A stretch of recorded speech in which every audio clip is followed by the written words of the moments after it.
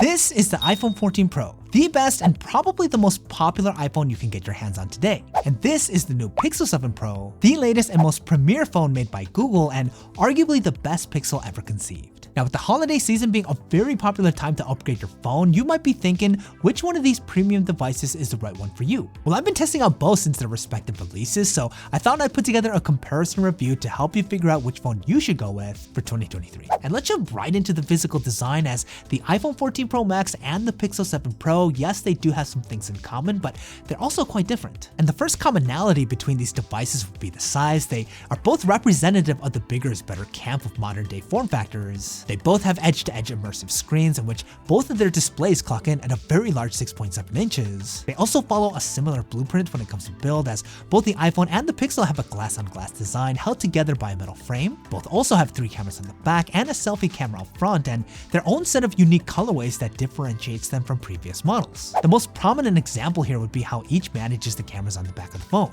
The iPhone 14 Pro Max has a more typical and calmer camera housing in the top left corner that's made out of glass. The Pixel 7 Pro, on the other hand, has one of the most unique camera housings with this now signature camera bar that stretches across the entire width of the phone. The cameras are organized in a horizontal fashion with this dual and single cutout. The housing is also made out of a brushed metal that's actually an extension of the Pixel's frame, so again, quite different. The iPhone 14 Pro Max offers its own unique flavors as well, as its frame is made out of a higher grade stainless steel. The glass on the back has a frosted finish instead of a glossy one like the Pixel's, and it has that industrial look and feel with that completely flat front and back. Now, when it comes to who did it better when talking design, it is going to come down to preference, but if I have to choose, I am going to say that the iPhone edges out the Pixel here. Don't get me wrong, the Pixel is great and it's leaps ahead of what it was not even that long ago in terms of physical design, but the iPhone 14 Pro Max is probably one of the most refined and premium form factors in the game today. The build materials Apple uses are just a cut above the competition, and the execution here is just flawless. The phone seriously feels more like a piece of jewelry in the hand rather than a mobile device. But let's talk a little bit more about the displays on both of these phones and their features. They're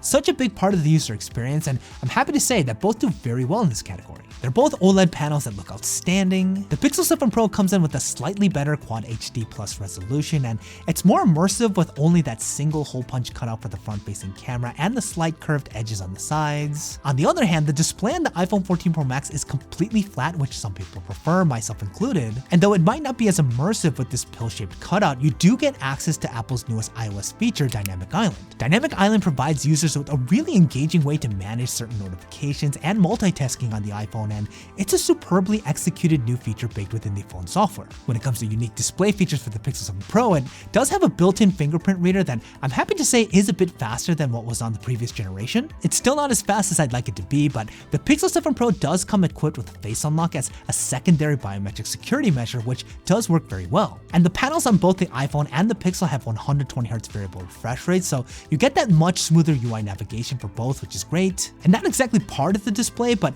both phones have really good speakers to complement that viewing experience. All to say, this one is a little bit harder to score. I do like the look of the Pixel's display over the iPhone's. It's more immersive, and viewing content on this phone is just so enjoyable. But when it comes to functionality, I do prefer the iPhones. I personally like the flat screen, and if I had to choose, I'd take a feature like Dynamic Island over something like an in-display fingerprint reader. And real quick, I hope this video is helpful. Hitting the like button would be super helpful for me, and subscribing to the channel would be even better. But let's jump into how these phones stack up against each other when talking about performance and unique features, and let's start with the Pixel. Google equipped their latest flagship phone with their newest in-house Tensor G2 chip, a mobile processor specifically designed to be optimized with the Pixel's hardware. And so far, from a day-to-day basis, the Pixel 7 Pro has performed overall really well. Apps load quickly and games run very smooth on this phone, but where you really see the Pixel flex its muscles is with its voice dictation ability. Whether you're using voice notes or something like Google Translate, the Pixel 7 Pro is almost scary good at transcribing voice to text. You also could take advantage of some pretty advanced camera features like Magic Eraser and Photo on Blur, which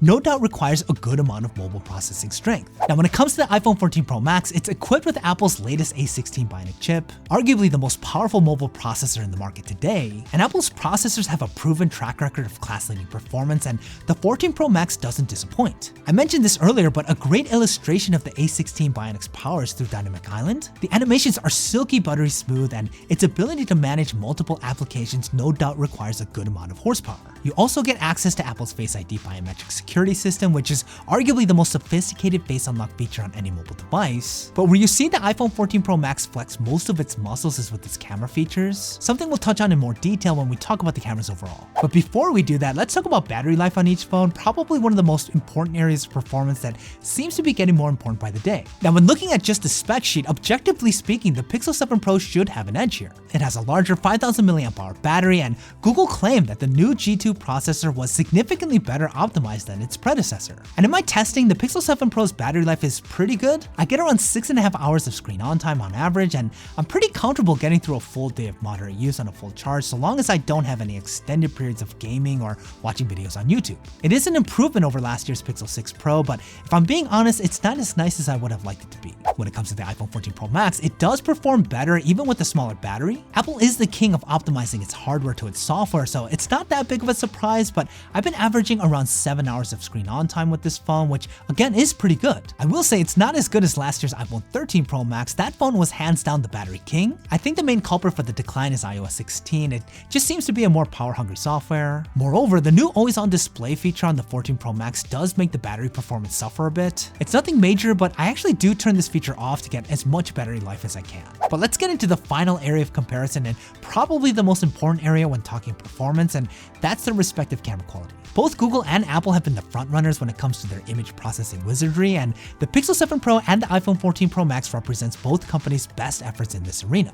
And when looking at still photos first, as to be expected, both do very well. The images are sharp with saturated punchy colors and exemplary dynamic range. Where they start to stand out on an individual basis, the Pixel provides its trademark contrasty rich finish. The pictures have a slightly cooler temperature and have more of a stylized look that a lot of people enjoy. The pictures coming out of the iPhone 14 Pro Max, on the other hand, maintains its focus on color accuracy and providing users with the most natural looking final image. The large 48 megapixel sensor allows for better depth of field and subject separation without the use of portrait mode, and the cameras on this phone are some of the most consistent when it comes to quality. Now, if I had to choose between the two, I'd take the still images coming out of the Pixel over the iPhone. They're just more attention grabbing in a good way, and I'm more excited to see how the photos come out when I'm using that device. Now, when it comes to video, it's a clear win for the iPhone, which really shouldn't be a surprise at this point. The 4K footage you're able to get with the iPhone 14 Pro Max is excellent, mainly because of the insane processing power provided by the A16 Bionic. The video comes off sharp with vibrant colors, and the dynamic range you're able to get off this is going to be better than a lot of dedicated video cameras out there. Now, the video coming out of the Pixel 7 Pro isn't bad, it's just not as good as the iPhones, to put it bluntly. But to be fair, no other non-iPhone really is, so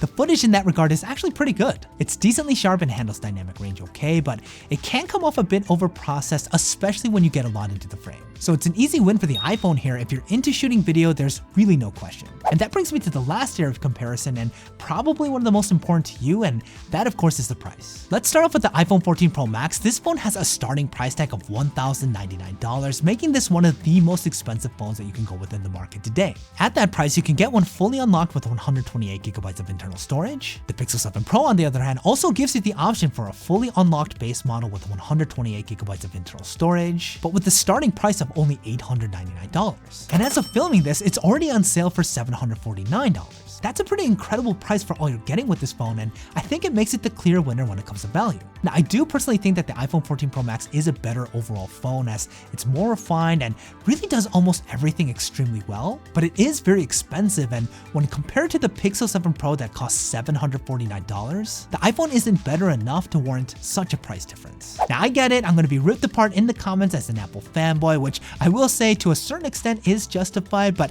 before you sharpen your knives out there, let me know which phone you would go with and why. And try not to kill each other down there. Now, if you're really serious about getting either the iPhone 14 Pro Max or the Pixel 7 Pro, check out these dedicated reviews here to make sure that you're as informed as possible before making your final decision.